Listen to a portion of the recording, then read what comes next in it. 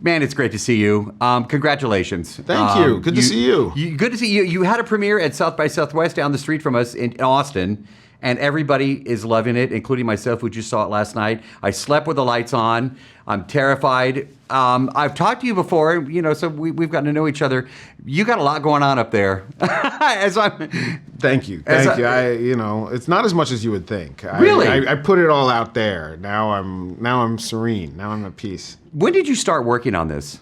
There's lots of ways to answer that question. I was afraid of doppelgangers as a kid. I saw an episode of Twilight Zone called Mirror Image and just started picturing myself across the subway platform, and it scared the tar out of me. Cut to a couple years ago, I'm looking for a different movie. I had to start with that inspiration, and I said, well, what if there was a family of doppelgangers? What would that mean? And the whole thing sort of took off from there. Congratulations, by the way. You have to see this more than once. I have to go back and see it again. Good. Yeah. Will you pay the next time? Because I know Absolutely. you went to a free screening, damn it. I am, and I'm taking Mom, so you just sold 2 tickets. And you know Mom, she loves scary movies. All right. But seriously, when you set out, did you have a goal for this besides just to scare people? My goal always comes down to make my favorite movie that doesn't exist. One that I get to watch, when I'm senile and I forget that I made it, so I can just be like, ooh, who made this masterpiece? That's kind of my goal. But no, I mean, all jokes aside, the conversation. I loved, watching the conversation and the art that was inspired by Get Out was just so fun. And so I hope that same thing happens. Last night as we were leaving the movie, the conversations that were going on, you're going to make people talk, which is good. The whole ride back to the hotel, everybody was just the conversations, just the theories that were going on. And I know I'm sure you've read some of those theories that are online. Did you feel the terror as you were filming this thing? Was there a bit of an adrenaline rush? Because this is a pretty good thriller. It was so much work, I didn't feel adrenaline, except for I better not mess this up, And filming a scary movie isn't scary. Really? No, it's not. Except for when the director sneaks up on you and frightens you, then Right. it is scary. But other than that, it was very technical. And with this, the monsters are us. And so we were never with the menace. We were the menace. So it's just a totally different challenge. Was it scary? Were there parts that were just terrifying? Because you guys look so scared in some of the scenes in this movie. Were there parts that as you were filming it where you're just oh, this is going to be a scary movie? Did you think that I at all? definitely knew that this was going to be a terrifying movie, but I don't think that we actually got that scared. I mean, just Not the too look much. of everybody, that was kind of creepy, but I don't think that we were actually as scared as we looked on camera. Well, you played it off great. Kind of freaking out, man. I just saw you last night on screen, and I'm like, as an actor, how do you approach? And I'm going to say roles because it's more than one, like these. To be honest, with these guys, it was totally a great opportunity to distill 2 different point of views. So I didn't want to play Gabe and Abraham as the good version or bad version of anything. It's really 2 different guys that were created by the worlds they come from. Gabe is defined by his possessions and his comfort and, his privilege and his need for a boat and a house and a hot wife and all these things. He's really living and basking in that. Meanwhile, Abraham is defined by a world that doesn't allow him to speak, doesn't allow him to express himself. He doesn't have health care, so he doesn't have glasses. But it's literally things like that translate into a man who's super tactile and very deliberate, listens really carefully. If he gets a hold of anything, it doesn't let go because that's survival. You know what I mean? He's defined by his landscape. And it's just really a great opportunity. So when these 2 have totally different point of views about the world, and Abraham sees Gabe and Gabe sees Abraham, they have different thoughts. And I've always found it really interesting to think that it's a horror situation for Abraham as well, seeing Gabe. It's horrific seeing that version of yourself. Just like Gabe seeing Abraham is horrific, So it's been a lot of fun. What is it like to play 2 characters in the same film? tough. I bet Very it is. tough. And yeah, it was very tough. And you know, in this film, I'm playing one character and advocating for one side of the argument, and then I have to do the complete opposite, and they're coming for each other. And it was really, really tough to do that, but also so much fun. I've wanted to play you know, a bad person for a while, and I got to play it in one movie with it, you know, as well as the good, and work with Jordan. It was like an embarrassment of riches. I know that I had read that working with Jordan was one of your dreams. You saw Get Out 5 times. Mm-hmm. So did I. It's Yeah, so I good. mean, you know. So when you found out you were working with Jordan, were you just like so excited? I was, and then I was intimidated. Really? Because I was like, oh my gosh, this is his second film after Get Out, and I'm his lead. I cannot afford to mess this up, because if it fails, they'll blame me.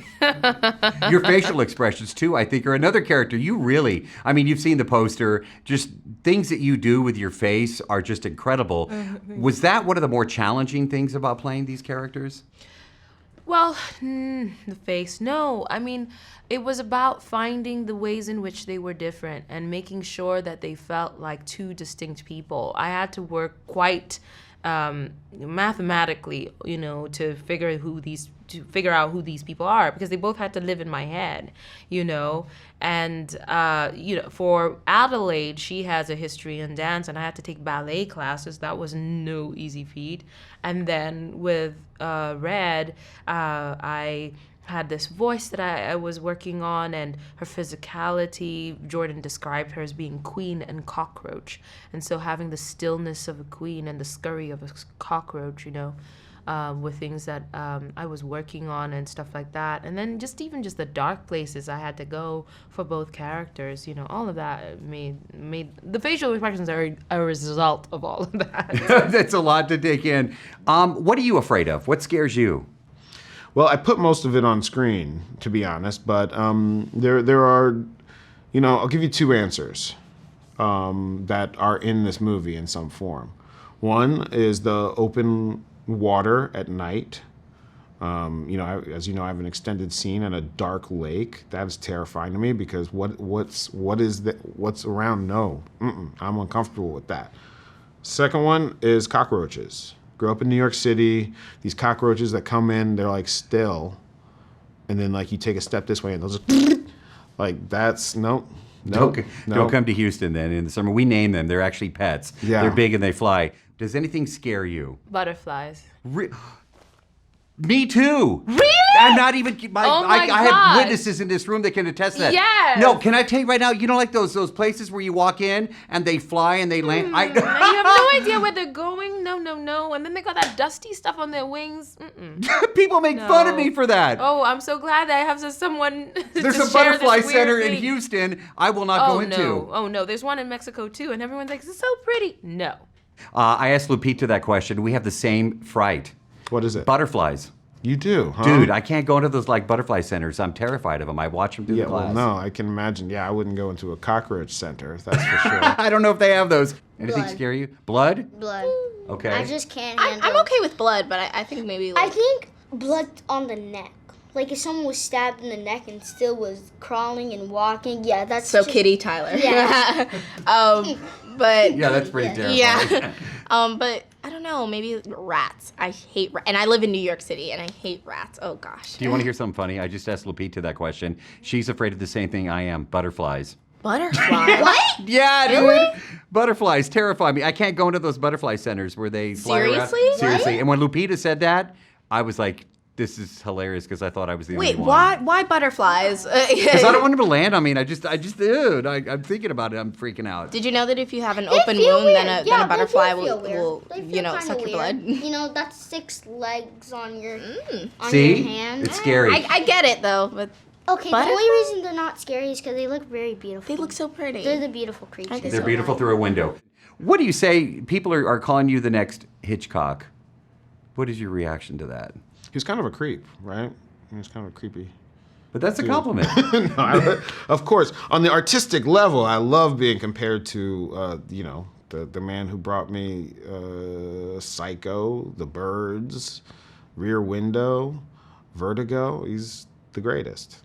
It's one of the most anticipated movies of the year. How did you keep the secrets I mean, everybody's been watching trailers multiple times, including It's myself. been necessary. That's Okay, why. okay. I mean, serious. Yeah. It's been really necessary to keep the secret because, we've treated it as a baby. You don't let a baby out into the world before it's ready, before everything is done and it can handle itself. You don't let it, until it's an adult. And it's now an adult, it's able to have the right conversations, it's able to defend itself, it's able to, take on all the weathers that are coming, So it's really interesting and knowing that you treasure it that much and you want it to mature to something that, is functional, and independent. Right. That's how you do it. Tell me about the audition for these characters. We'll start with you. It was kind of crazy. I did a self-tape and sent it to Monkey Pop Productions. And the sides were really gory and really evil, and that kind of drew me toward it a little bit more because I really just loved the energy of it, and I didn't even know that it was a Jordan Peele film until I got a call back to go to LA to meet him, and I was really shocked because I didn't think that I was going to get it really, but the callback was great, and that's where I met Evan for a chemistry read. Yeah. And then Jordan helped me go through the scenes and what he really wanted for it, and it was really spectacular just to work with him for just those 15 minutes, and it was great. And I definitely want to work with him again. Absolutely. Yeah, you were amazing. Both of y'all were. Tell me about your audition for this role. You're scary. Yeah. You're like you're all over the place. Yeah. So he had sent me this scary script, and then I got a call back. And then I got another call back. That's where I met Shahadi. And Jordan was sick, so we couldn't like hug him or shake his hand. We were really mad about that. And then a couple weeks later, my mom got the call from Jordan Peele 9 minutes late, and then we called him back, and I got it. All right, so the final question for you today, sir, and I've asked everybody, what scares you? What scares me is a life of no impact, a life of not being able to have a voice and speak and do the art that I'm so attached to. Those are my scissors. Acting is my scissors. Acting is my liberation. Acting is my thing. You know what I mean? Acting is what gave me an inlet to understand everything else. I wasn't good at math, but the second I got into acting and doing research, I started understanding math. You know what I mean? I started understanding how to research and understand language, which helped me understand being able to teach and be taught. So acting was my inlet into everything that changed my life.